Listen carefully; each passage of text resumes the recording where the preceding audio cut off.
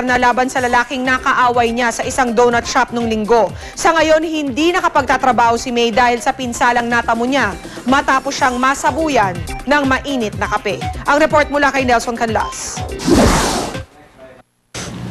Hindi po ako nakaka-attend ng rehearsal.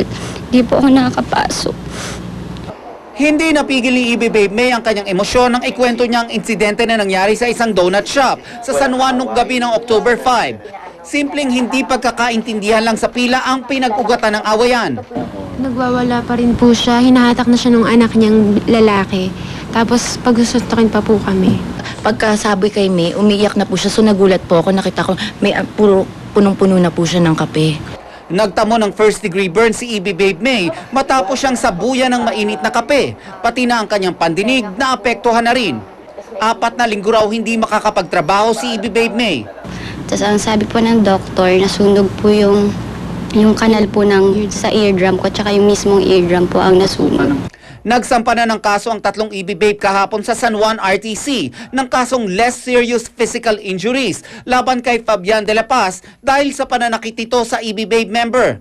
Nagtungo ang GMA News sa tirahan ng mga de la Paz pero tanging mga kasambahay lang ang humarap sa amin. Sa statement mula sa pamunuan ng TAPE Incorporated at ng Itbulaga, sinusuportahan daw nilang laban ng 3 Ibi Babes at sisiguraduhin nilang maisusulong ang karapatan ng 3 babaeng ito.